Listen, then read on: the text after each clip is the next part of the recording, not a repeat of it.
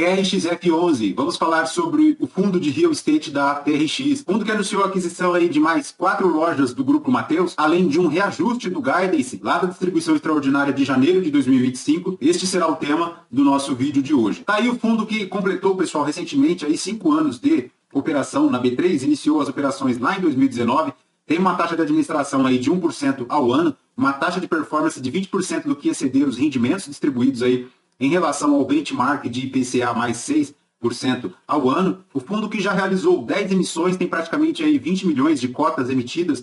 A cota mercado a R$ 102,80 no dia da gravação aqui do relatório. Tem um valor de mercado de 2 bilhões, 183 mil cotistas, uma cota patrimonial a R$ 104,78, fazendo um yield aí de 10,86% ao ano. E o último rendimento anunciado pelo fundo foi de 93 centavos. No dia que eu gravo aqui com vocês, a cota a mercado está R$ 97,34, fazendo um P sobre VP de 0,94, uma variação positiva nos últimos 12 meses de 0,81%. Assim como os demais fundos imobiliários, com o TRXF11 não é diferente. A cotação já chegou a R$ 102,80, como comentamos, passou aí para R$ 93,50 no início agora de dezembro de 2024, né, com o anúncio das medidas de redução de gastos do governo, que não foram bem aceitas, mas agora tende aí uma leve recuperação, chegando aos R$ 97,34.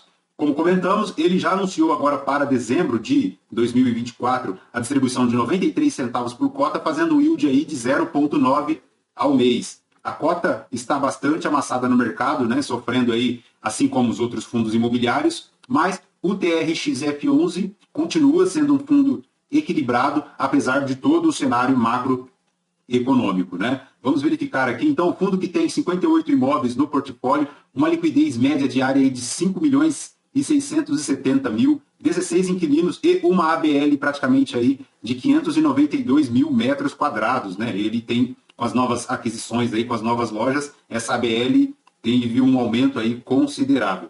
O fundo aí tem um prazo médio de portfólio de 15,6 anos, uma vacância física bem reduzida de 0,46 e uma vacância financeira de 0,78. Praticamente 97,32% dos contratos estão vinculados aí, indexados ao IPCA, e apenas 2,68% indexados ao IGPM. Tem aí praticamente 94% das receitas vindas de contratos atípicos e apenas 5,79% das receitas dos contratos típicos. Tem aí também no portfólio distribuído em 13 estados da federação e praticamente 1 milhão de metros quadrados de área de terreno disponíveis aí para expansão.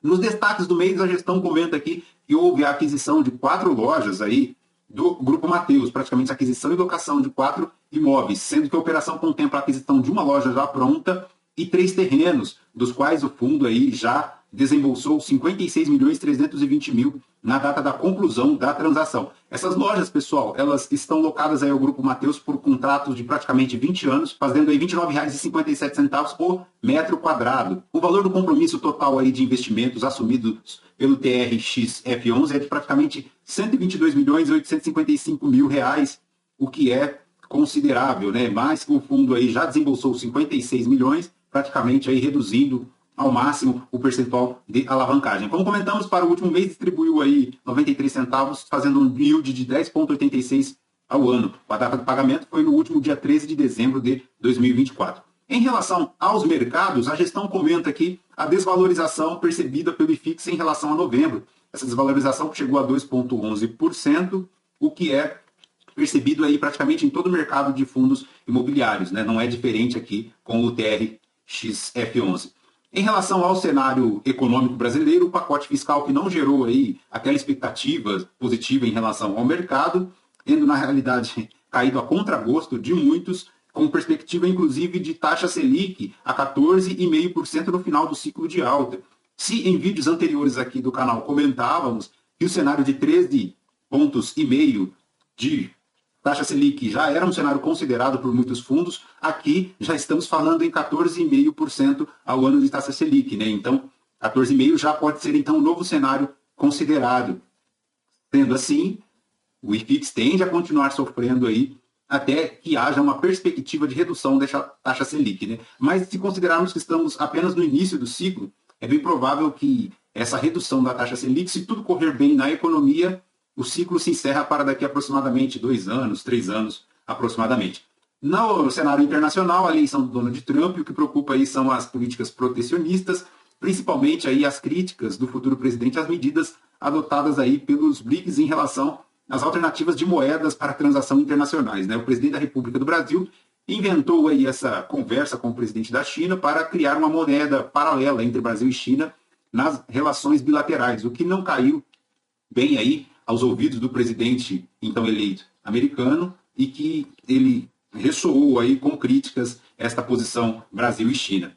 Em relação aos possíveis impactos desta relação do Brasil com os Estados Unidos e a China, o foco aqui, segundo a gestão, é buscar a resolução para o endividamento brasileiro, né? Esse alto endividamento acaba se tornando um problema estrutural na economia brasileira e isso tem se traduzido em medidas práticas, né? A elevação da taxa Selic, o Tesouro a IPCA mais 7%, a alta do dólar aí batendo os R$ 6, e tudo isso afugenta, né, praticamente aí o mercado de capitais, principalmente aí com a fuga da renda variável para a renda fixa, né? E é o que a gestão aqui comenta. Em relação a agosto, tanto é que houve aí uma queda superior no IFIX a 10%, o que não se experimentava isso há um bom tempo. Segundo a gestão, as duas últimas vezes que tiveram, né, movimentos negativos dessa magnitude para o IFIX em um curto espaço de tempo, não respaldados pelos fundamentos dos ativos, foram entre agosto e novembro de 2021 e entre 2022 e março de 2023. Nos 6 meses subsequentes a esses dois períodos mencionados, o que se percebeu no mercado aí foi uma valorização relevante do IFIX com patamares superiores a 15%. Então, é baseada nessa expectativa de encerramento do ciclo de alta é que o investidor pode olhar aí para o mercado de fundos imobiliários, né? Agora, o início da elevação da taxa de juros faz com que o IFIX venha a experimentar aí quedas superiores a 10%. Ocorre que, lá no final do ciclo de alta, quando tiver perspectivas de redução da taxa Selic, o IFIX pode experimentar aí valorizações relevantes superiores a 15%, como no histórico do índice já foi percebido. Voltando aqui em relação ao TRXF11, em 29 de novembro foi anunciada a distribuição de 93 centavos por cota. Essa rentabilidade total aí do fundo, pessoal, incluindo a variação aí no mercado secundário, foi positiva de 2,73, enquanto o IFIX desvalorizou 2,11. E a rentabilidade total do TRXF11 é de 58,38%. Em relação aos investidores, o fundo aqui apresenta uma estabilidade em relação a novembro, ficando aí praticamente em 184 mil cotistas. O volume diário negociado permaneceu ali na casa dos 5.670.000 reais negociados por dia na B3. Em relação às operações do fundo, como comentamos no início do vídeo, a gestão comenta aqui que houve a conclusão da transação e assinatura dos contratos de Sale and Leaseback e Build to Suit entre o TRXF11 e o Mateus Supermercados. Essa transação envolve aí a aquisição, desenvolvimento, construção e locação de 4 lojas para o Grupo Mateus, sendo uma delas já pronta e em operação na cidade de Russas, no Ceará, e 3 lojas em desenvolvimento, elas localizadas nas cidades de Ananindeua, no Pará, e Marituba, no Pará também, na Grande, Belém, e uma em São Mateus do Maranhão, em Maranhão. O investimento total do fundo aí é de aproximadamente 122 milhões de reais, com contratos de locação atípicos com prazos de 20 anos. A data da conclusão, né, na data da conclusão do contrato, foi desembolsado aí pelo fundo 56 milhões de reais, e o valor médio da aquisição é de R$ 4.125 um metro quadrado, com locação aí chegando aos R$ 29,57, né, o que é interessante. Seguindo aqui, pessoal, a gestão comenta também que para fazer frente às aquisições das lojas Mateus, das obras Max, e para preservar o caixa, ela estruturou uma operação aqui de securitização de recebíveis dos contratos das lojas Mateus. Por quê? O momento, como já comentamos, é desafiador para a captação de recursos através da emissão de novas cotas, porque a cotação a mercado está bem baixa, né? Ao longo dessa antecipação de recebíveis, o TRXF11 praticamente conseguiu aí captar no CRI praticamente 102.829.000 reais de contratos aqui lastreados em 3 contratos, né? Melhor dizendo, 2 contratos. Um lá para loja Juazeiro na Bahia e outro para a loja Petrolina em Pernambuco, todas as lojas do Grupo Mateus. Então, pessoal, basicamente esta operação aqui é que garantirá aí os recursos para essas transações aqui de aquisição e desenvolvimento do fundo, né? Basicamente aí garantindo a sequência dessa operação. Seguindo aqui, pessoal, a gestão comenta que também foi anunciado um novo aditivo ao memorando de entendimentos de venda das lojas Açaí e Patinga, Minas Gerais, e Rio de Janeiro, lá na Avenida Brasil. Isso porque está aí o Estado, mais uma vez, atrapalhando, né, as operações dos investidores. Segundo a gestão aqui, o principal entrave para a liquidação da venda são documentos pendentes de análise e emissão de órgãos municipais lá da cidade do Rio de Janeiro, né? Praticamente todo o Estado, a burocracia estatal aí trabalhando contra o fluxo de capitais, né? Basicamente é o que a gestão deixa aqui expressa no relatório, porque não há nenhuma pendência por parte do fundo, mas sim praticamente toda aí por conta das autoridades municipais lá no Rio de Janeiro, né? Como visto, faz jus, né? O local é bastante conturbado. Infelizmente, o estado do Rio de Janeiro é aquela situação toda, né? Não é de se duvidar aqui, eventual situação aí até de, né? Enfim, vocês sabem, Rio de Janeiro.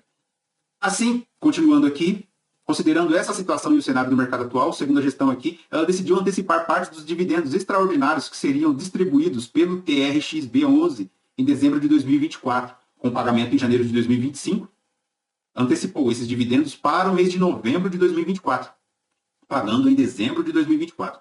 Com isso, ela reajusta, então, o guidance de distribuição do TRXF11 para aquela distribuição extraordinária de janeiro de 2025, reajustando, então, para um patamar fixo entre R$ 2,40 e R$ 3,50 por cota, né? O que é muito bom. Antes, esse percentual aqui era abaixo de R$ 2,40, agora ela reajusta. Então, o mínimo de R$ 2,40 é o que o fundo pretende distribuir. Segundo a gestão aqui, o fundo pretende distribuir entre os meses de janeiro e junho, caso a venda dos dois imóveis seja realizada apenas no primeiro semestre de 2025. Né? Então, praticamente aí, vendendo esses dois imóveis, a gestão aqui comenta que continua no patamar de distribuição entre 90 e 93 centavos aí para o primeiro semestre de 2025, né? Projetando, então, para esse semestre de janeiro a junho de 2025, a mesma projeção de distribuição aqui realizada no segundo semestre de 2024. Neste cenário, segundo a gestão aqui, o yield implícito para os próximos 12 meses do fundo fica entre 14% e 16% ao ano.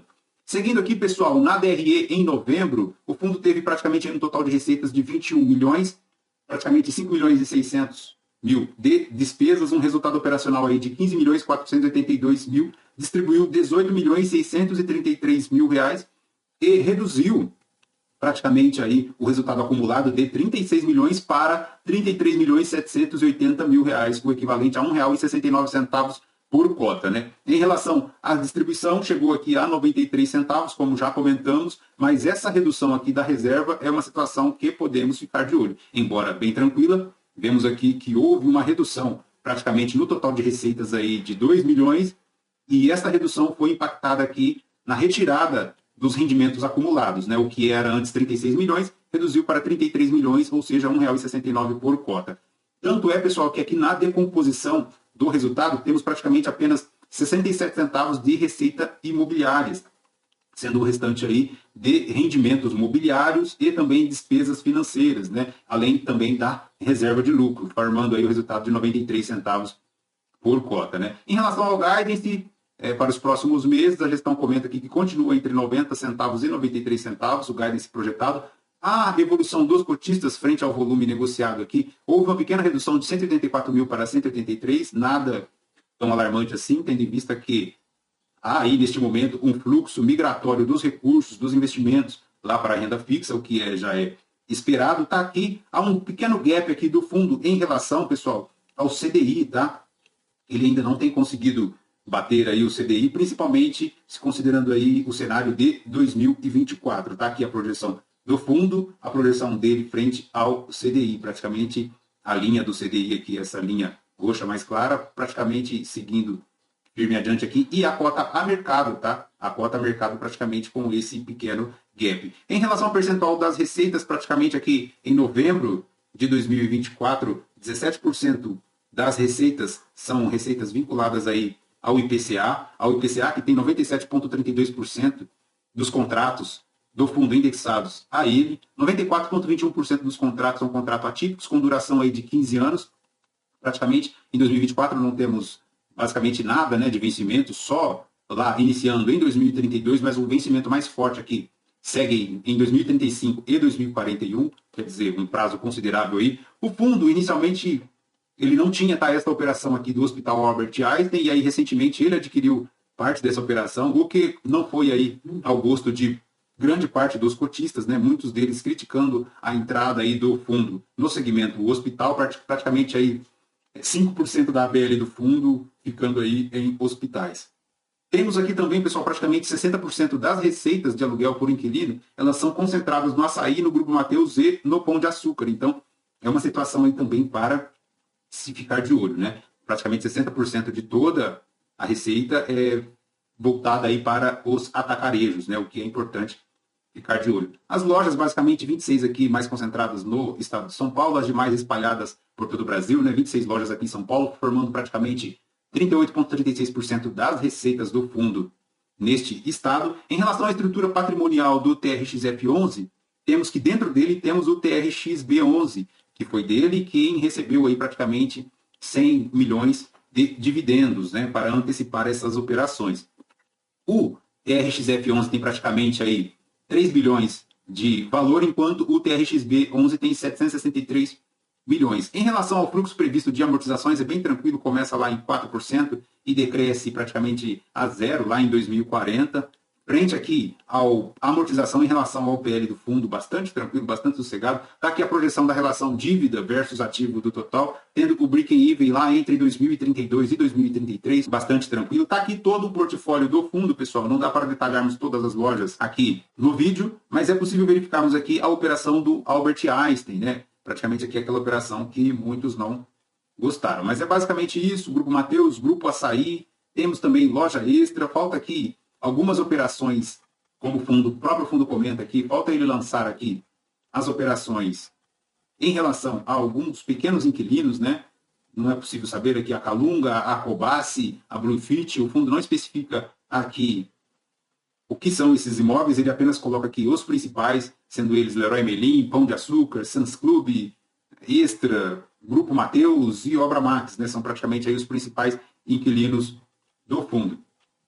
Finalizando aqui, pessoal, também há uma situação de pequena atenção em relação à Obra Max lá de São José dos Campos.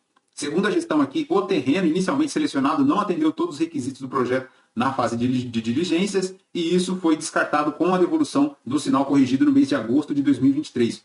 O contrato Build-to-Suit assinado com a Obra Max segue válido e, segundo a gestão aqui, segue na busca de uma outra alternativa para a área de desenvolvimento do imóvel, né? Este ponto aqui tínhamos comentado no último vídeo do canal, então agora é aguardar, verificar lá em relação à Obra Max de São José dos Campos se o fundo consegue aí um novo terreno para desenvolvimento da obra, né? O demais é basicamente isso, segue aqui as obras em relação à Obra Max de São Gonçalo, tem aqui ainda as lojas do Grupo Mateus para desenvolver, né? Em Marituba e Ananindeua e em Aracaju, são as obras em construção aqui do fundo. Tem também aqui o Albert Einstein, praticamente 17% das obras já realizadas, e é basicamente isso. Perfeito, pessoal? Agora, bora acompanhar, verificar como se dará aí a conclusão dessas operações em relação ao Grupo Mateus. Vamos ver como ficará aí o guidance de distribuição para janeiro de 2025, se o fundo fica no patamar mais baixo de R$ 2,40 ou consegue chegar lá aos R$ 3,50, né? Ficando em torno dos R$ 3,00 aí já é um patamar considerado razoável se considerarmos todo o cenário econômico, né? Perfeito? É basicamente isso. Lembrando que esse vídeo não é uma recomendação de compra ou de venda de nenhum dos ativos aqui mencionados. Se você gostou do nosso vídeo, considere se inscrever no nosso canal. Deixe o seu like, deixe o seu joinha, porque isso é muito importante para nós. Aos novos inscritos aqui do canal, muito obrigado. A você que já é inscrito também, muito obrigado pela sua inscrição. Deixe o seu like, deixe o seu joinha, deixe o seu comentário, porque tudo isso nos incentiva a continuar produzindo conteúdos para a nossa comunidade de investimentos aqui do YouTube. Perfeito? Fechou? Voltamos com o próximo vídeo e mais informações de fundos imobiliários. Fraterno abraço a todos. Tchau, tchau.